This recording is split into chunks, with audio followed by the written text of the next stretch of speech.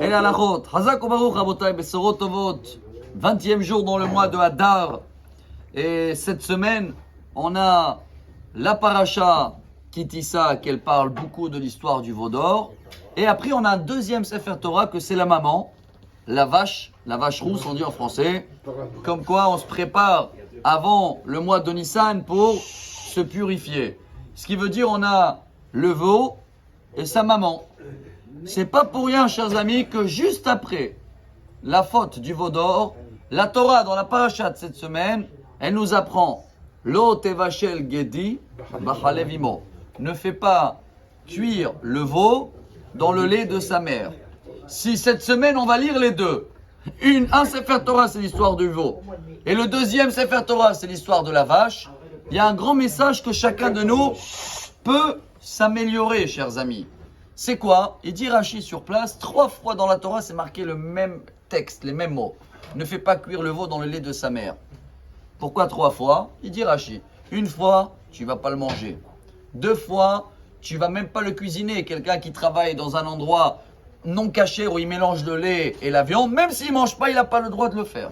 Et 3e fois, pour nous apprendre que même si ça a été fait sans faire exprès, je peux pas le donner à manger à un chien ou à un chat. Non, même pas tirer un profit de ça. Il faut l'éliminer. Pour quelle raison? Le rabbi de Lubavitch, il nous apprend. Et voilà le message d'aujourd'hui, chers amis. Tout ça, en hébreu, ça s'appelle achzariout. Je ne sais pas si ça se dit cruel en français ou une méchanceté, parce que chaque entrecôte, chaque fois que vous avez un plat de viande à table, si il n'aurait pas pris le lait de sa maman, ce entrecôte, quand il était bébé, il n'aurait été jamais à table. Le lait représente la bonté, le blanc. La viande rouge représente la rigueur. Le lait donne la vie. Le rouge, le sang représente des fois la mort. Alors, ces deux-là associés dans la même assiette, rentrés dans mon corps, après ça peut faire des pensées ou des natures qui sont un petit peu cruelles et dures. Pour cela, la Torah, tout de suite après la faute du veau d'or, elle nous demande ce détail-là.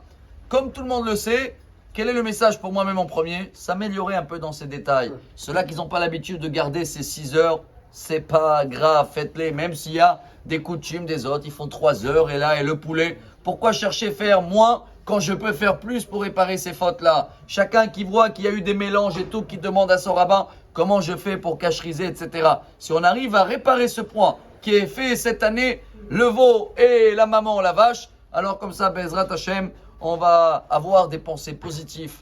Et à l'intérieur aussi, on sera en bonne santé, bonne nouvelle et bonne journée. Namar Rabbi Elazar.